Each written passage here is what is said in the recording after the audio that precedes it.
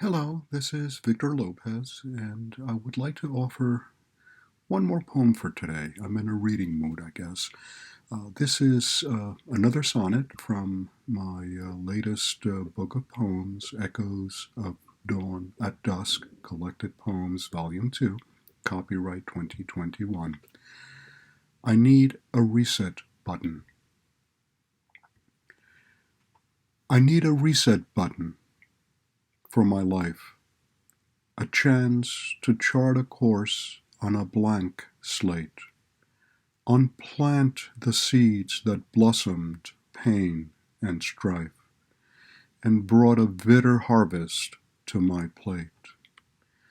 I walked by open doors that closed behind, with eyes fixed only forward on my course. Trying to do what's right, I've been unkind. Attempts to avoid pain just made it worse. I should have explored many other paths that led to orchards that would bear sweet fruit. My solitary one has led to wrath. The seeds I planted would themselves uproot. What use is wisdom when it comes too late?